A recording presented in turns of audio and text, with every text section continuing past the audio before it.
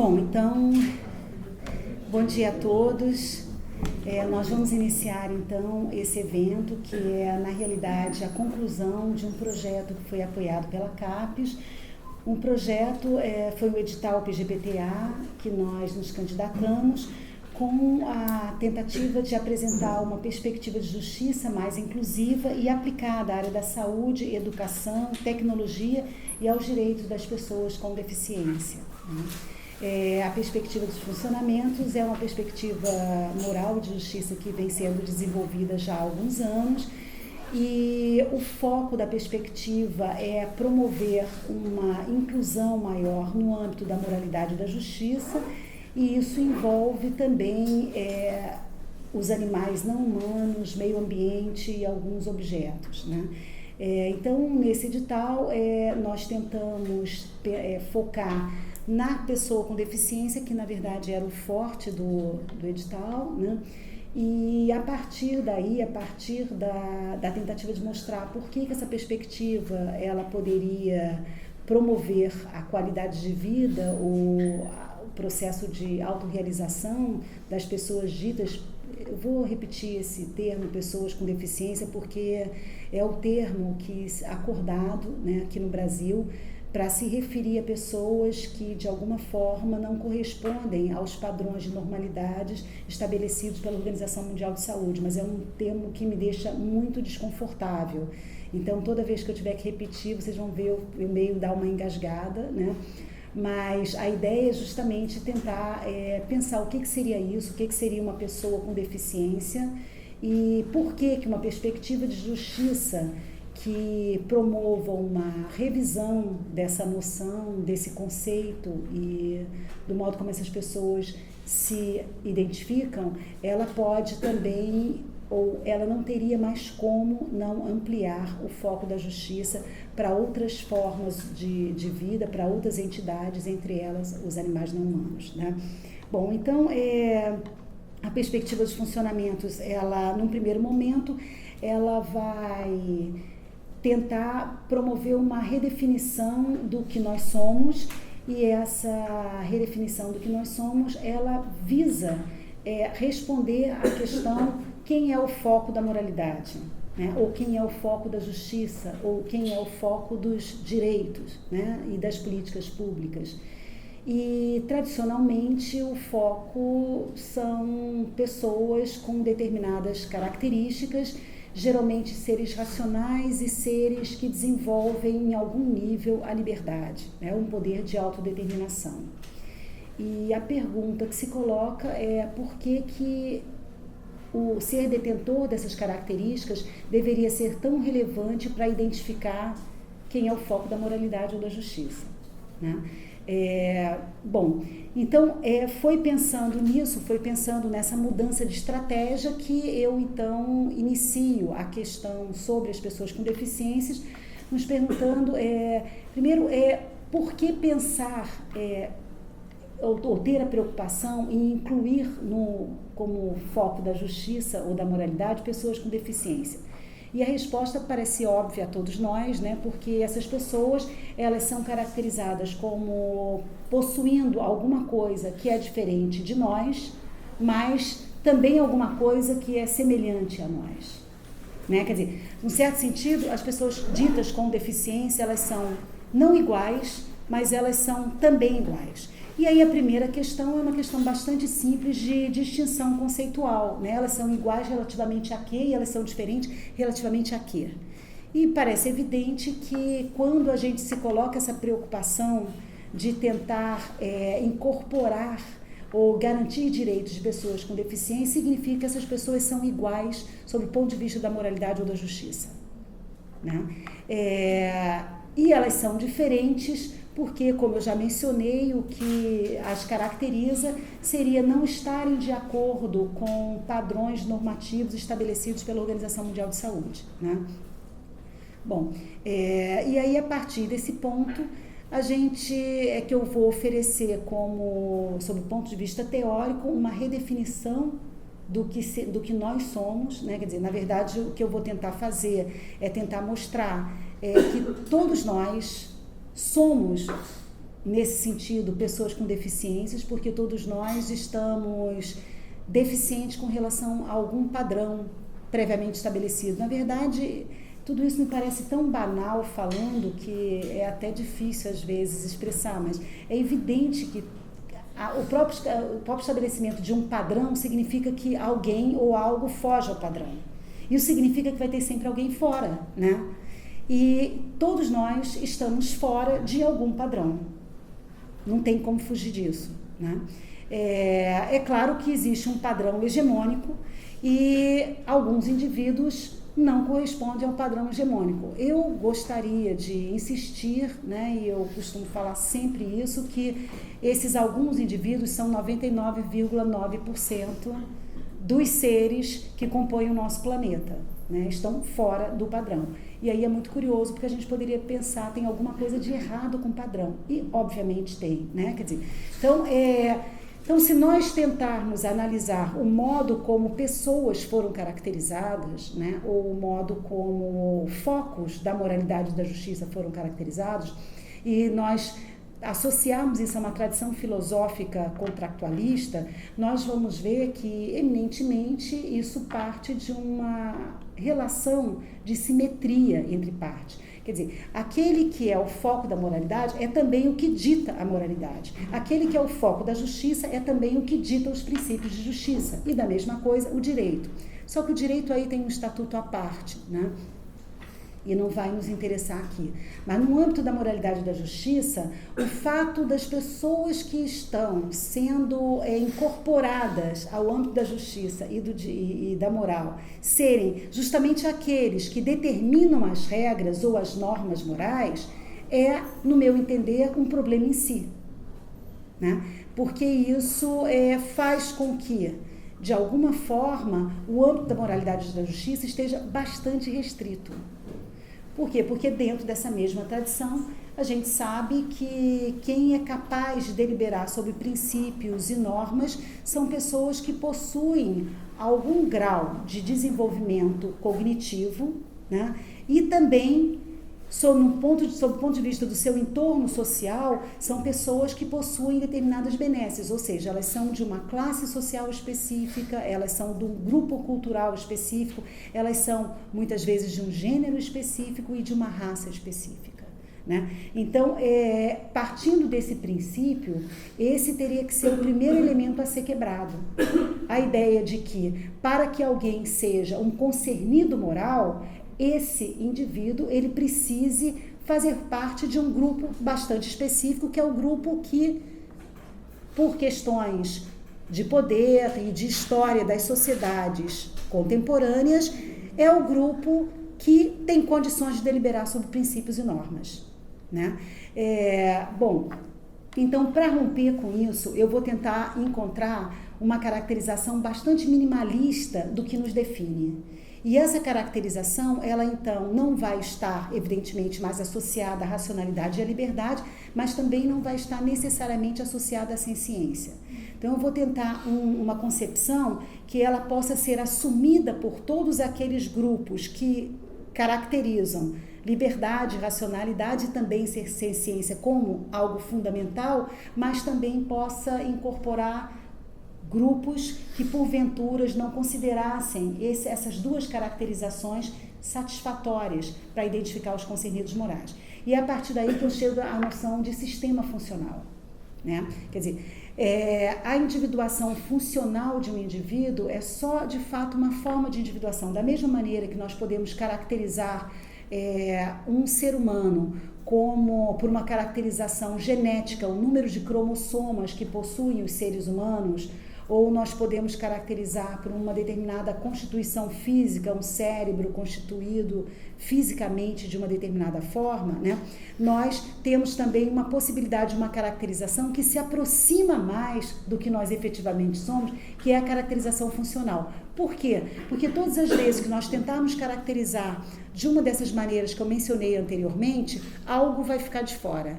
E esse algo não é algo que não seja significativo, é a grande maioria dos seres humanos, né?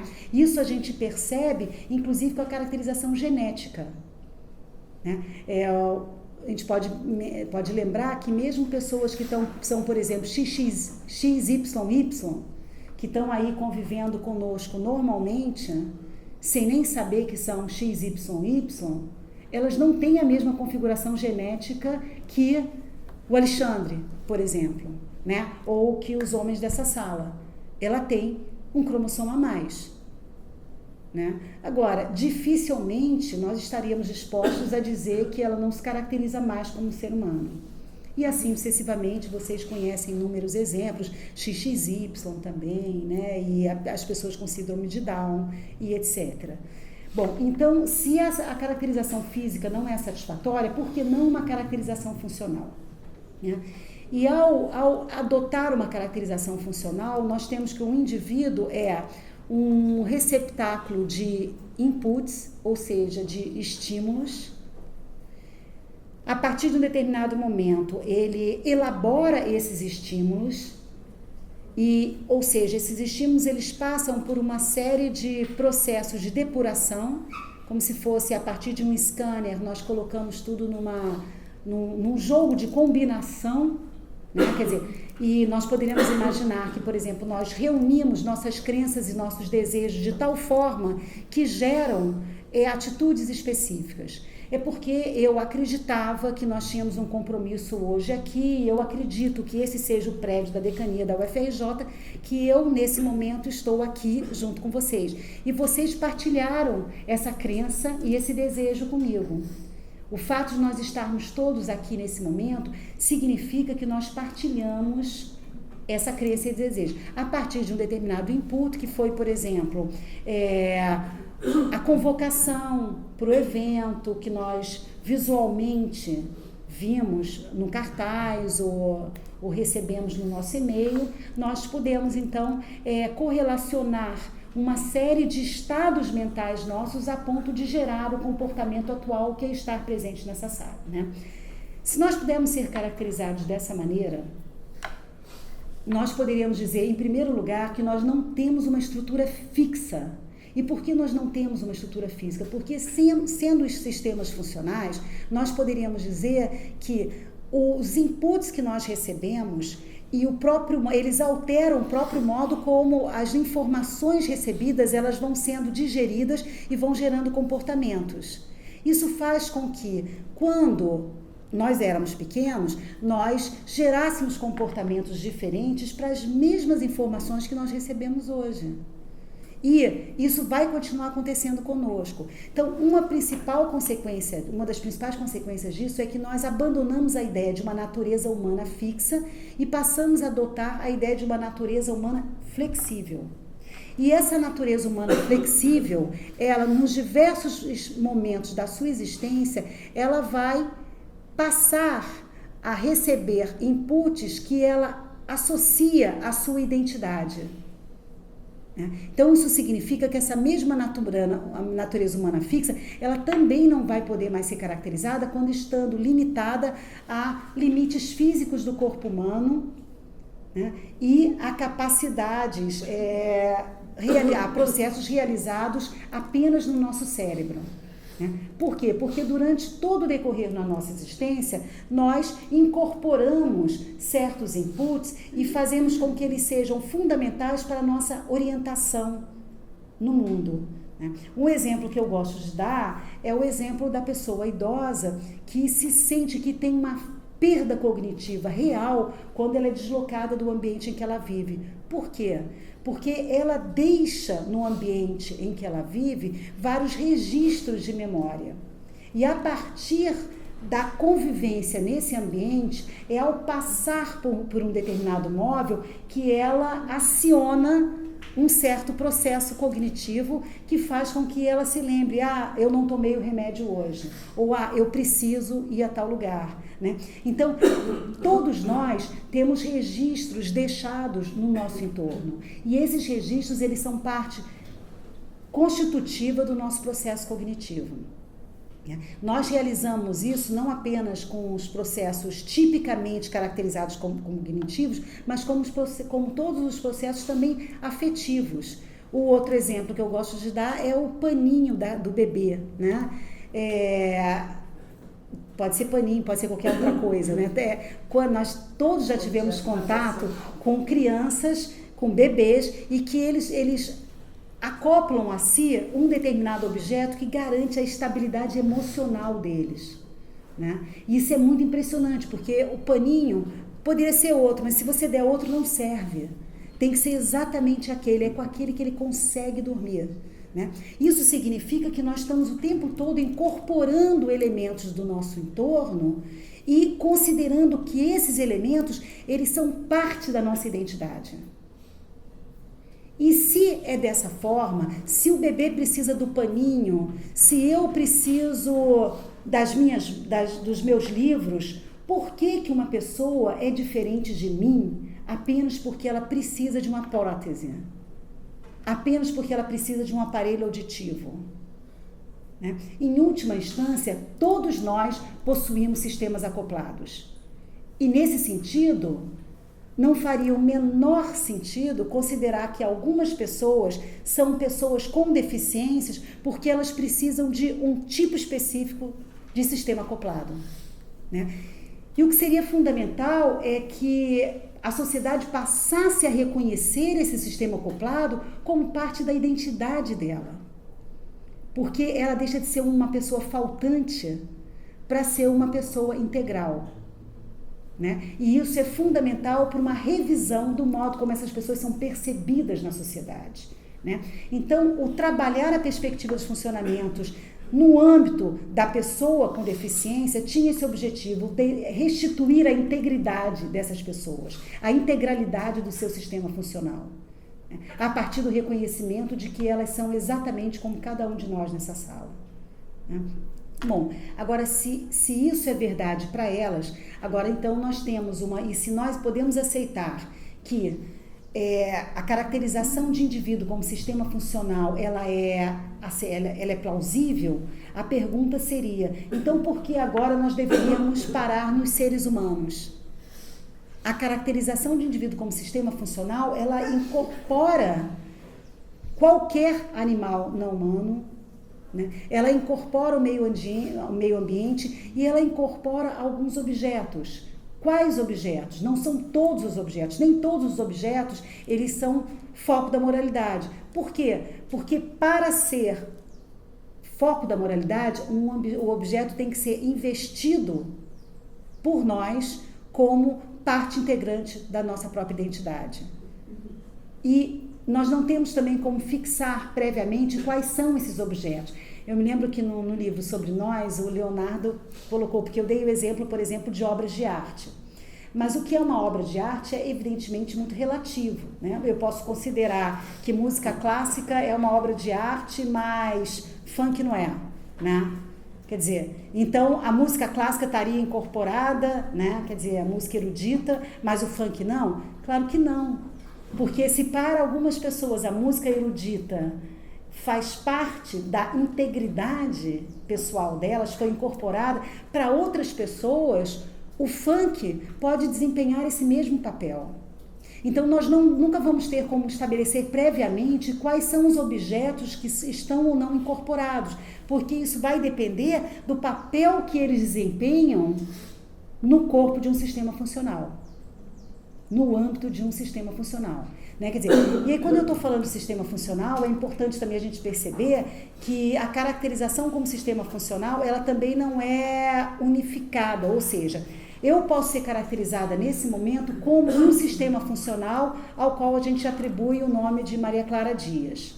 Mas, se eu for um médico e se eu for um oculista, por exemplo, o oculista vai me perceber como um conjunto de diversos sistemas funcionais, ele vai pegar vários dos meus sistemas funcionais, vai deixar de lado e vai focar no meu sistema visual, né? Isso significa que cada um de nós é parte de vários sistemas funcionais, como, por exemplo, a UFRJ, o PPG Bios, né? O Rio de Janeiro, o Brasil, e também possui diversos sistemas funcionais, como um sistema respiratório, um sistema circular, visual e vários outros, né? Então, a perspectiva ela incorpora essa dinâmica. essa não o aspecto não físico dos elementos que vão a partir daí ser considerados. Então, dentro desse panorama, o que nós poderíamos dizer é que, sob o ponto de vista da moral e da justiça, indivíduos são caracterizados como sistemas funcionais. O que nós visamos, o nosso objetivo é a promoção daqueles funcionamentos que eu chamei de básicos, e básicos são aqueles que são constitutivos da identidade de um sistema funcional, né? Então, o que a moralidade e a justiça visam é a promoção, a realização ou o florescimento dos funcionamentos básicos de cada sistema funcional. Então, a igualdade almejada no âmbito da justiça passa a ser uma igualdade de respeito aos funcionamentos básicos. E aí, se vocês perguntarem, mas quais são os funcionamentos básicos? E esse é o momento da aplicação da perspectiva, né? Os funcionamentos básicos, eles só podem ser identificados a partir de uma investigação empírica. E é por isso que a perspectiva, ela demanda uma série de especialistas nas mais diversas áreas, porque só esses especialistas vão poder olhar para os seus universos de trabalho, de atuação, e a partir dos indivíduos com os quais eles lidam, com os quais eles se relacionam, identificar quais são esses funcionamentos básicos. Então, a perspectiva, ela teve esse projeto, particularmente, ele teve o grande mérito de contar com especialistas de várias áreas, da saúde, da educação, e da discussão sobre gênero, da discussão sobre animais e meio ambiente, justamente para promover essa identificação dos diversos funcionamentos que para esses grupos especificamente seriam os básicos, e a partir daí permitir uma produção de políticas públicas mais adequada. Porque as políticas públicas, elas normalmente vêm engessadas de padrões normativos hegemônicos. E o que nós tentamos fazer foi quebrar um pouco com esse parâmetro e, a partir daí, pensar políticas públicas que fossem geradas a partir da escuta dos próprios indivíduos, a partir de uma percepção do que cada grupo de indivíduos identifica como básico para si, né? Então, hoje e amanhã o que nós vamos ter é uma imensa amostra do que foi esse projeto nessas diversas áreas. Eu gostaria de agradecer muitíssimo todos que participaram e todos que se interessaram pela perspectiva dos funcionamentos, e dizer que, evidentemente, sem vocês, sobre o ponto de vista acadêmico, mas também, sobretudo, existencial, isso não faria o menor sentido se vocês não estivessem junto comigo nisso e se vocês não estivessem acreditando em tudo isso que a gente está fazendo, né? Espero que, em tempos futuros, nós possamos conseguir mudar um pouquinho dessa sociedade, né? Muito obrigada.